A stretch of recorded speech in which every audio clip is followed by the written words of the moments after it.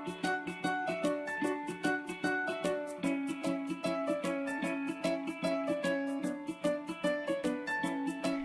dear students, this is the last video about chapter. We are going to learn fractions, to convert fractions to decimals. And I have some definitions here, we need to remember them. Terminating decimal means when the decimal stops.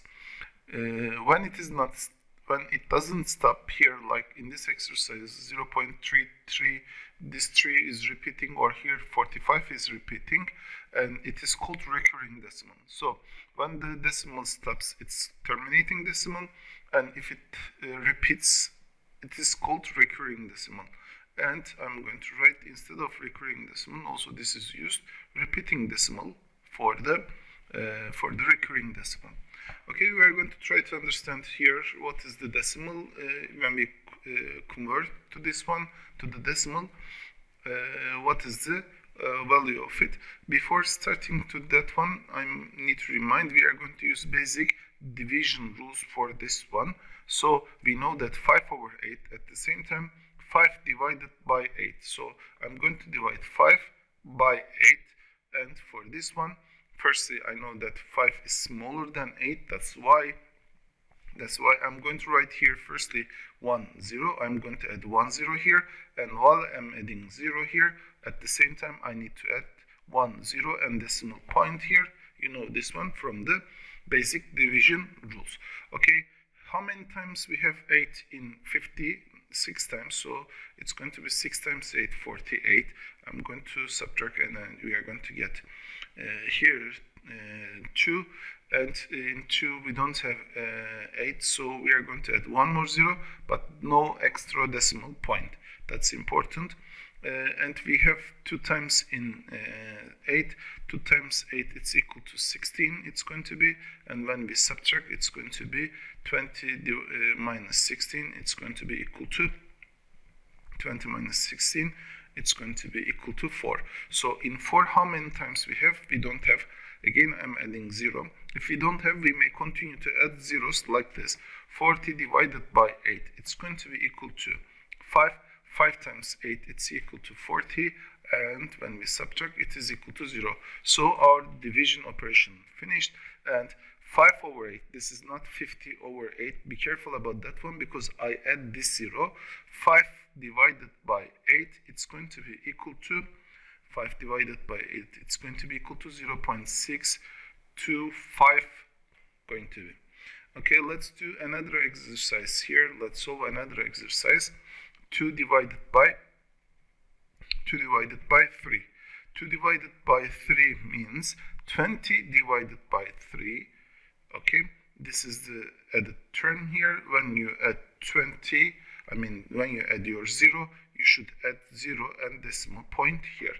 In 20, how many times we have?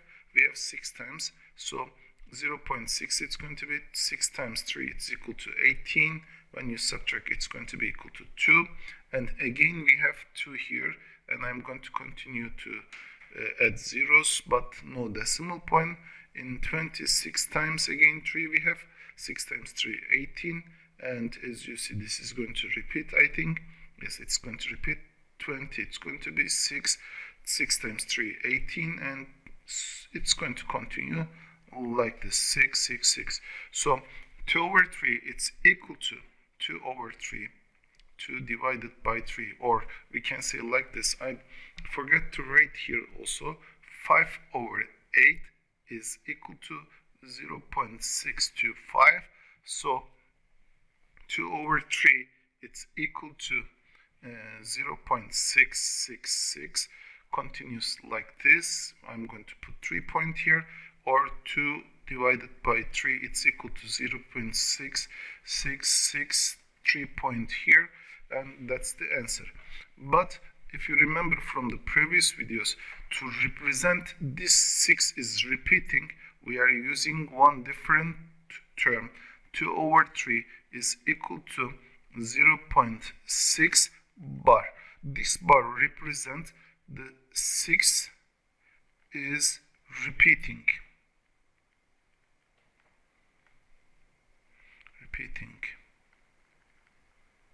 6 is repeating, so it's repeating forever.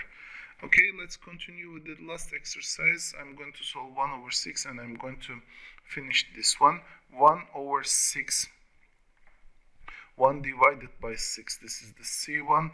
1 divided by 6 means for me 10 divided by 6 with 0 decimal. Okay, 10 divided by 6, it's going to be equal to 10 divided by 6, 0 point. In 10 we have 6 ones only. 1 times 6, it's equal to 6. Then we subtract, and the result it's going to be 4. In 4 we don't have 6, so in 40, 6 times 6 times 6, it's equal to 36. So it's going to be equal to 4 again, and 4 means 0. I'm going to add, I'm not going to add any more decimal point, and it's going to be equal to 6 again. 6 times 6, 36, and it's going to continue like this.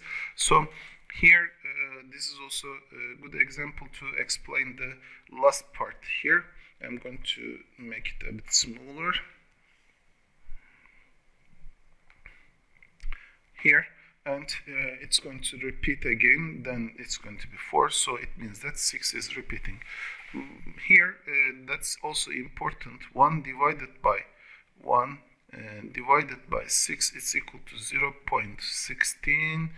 6 is repeating, and we are understanding that 6 is repeating here with this sign. 1 over 6 is equal to 0.16, and the bar is only above the 6. That bar that I used here, it's only above 6. It means that only 6 is repeating. 1 is not repeating.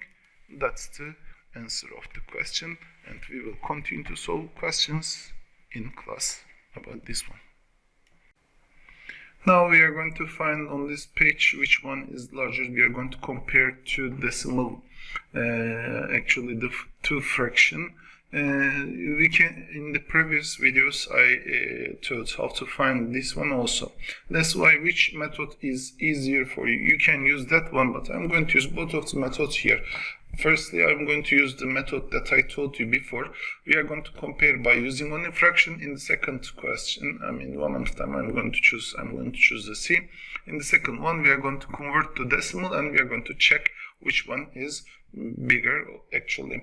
Here, firstly 9 over 10, I know that one 9 over 10 and 8 over 9. As a fraction I can compare, 8 over 9.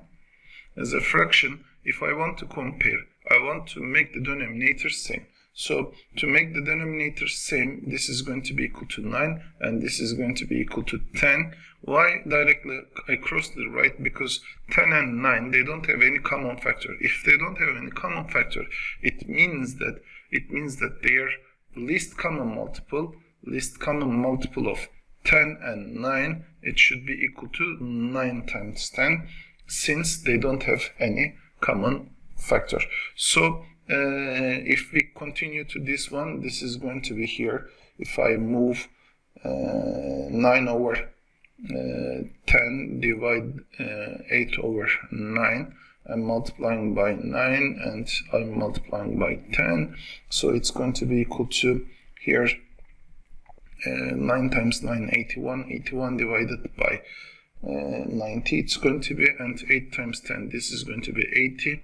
So 80 divided by 90, it's going to be, which one is larger? 81 over 90, of course, larger than 80 over 90. So it means that this is larger. Which one is larger? 9 over 10. We used here this fraction method that we learned before, and in the second question I want to use the decimal method. Let's say 7 over 9 or 39 over 50. Which one is easier for me? This time decimal method is easier for me. I'm going to divide 7 by 9. In the previous page I showed this one. 70 divided by 9 it can be, and you will add 0 point. So 70 divided by 9, 6 times we have, 6 times 9, it's equal to 63. The answer, 6 times 9 is 63.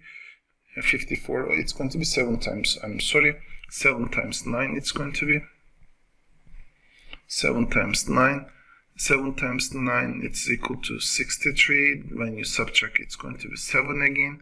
And 7 times 9, again, it's going to be 63. Here, pardon, I need to add 0. And 7 times 9, it's equal to 63. Subtract, it's going to be equal to 7 again. And this number, it continues. So this is going to be 7 divided by 9. It's going to be equal to 0.77, and it continues. Here, the second one, 39 over 50. 39 over 50, it's going to be equal to, we don't have 39 over in 50, actually 50 in 39, so I'm going to add again 0 to this one. 39 divided by here 390 divided by 50, it's going to be, and that includes 1 0 and decimal point. When you add this 0 here, you should add 1 0. And here we know 7 times, it's going to be 7 times 5, 350, it's going to be, so 350 minus 390 minus 350, that's going to be equal to 40. And we know also this one here, here 50 in 40 we don't have 50, so we are going to add one more 0, but no decimal. Again, I'm repeating. In 400 we have 8 times 50, so 450 times 80 is equal to 400.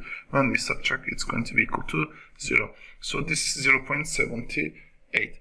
Here, this is 0.77 approximately, this is, and of course 0.78 is bigger than, which means this is bigger than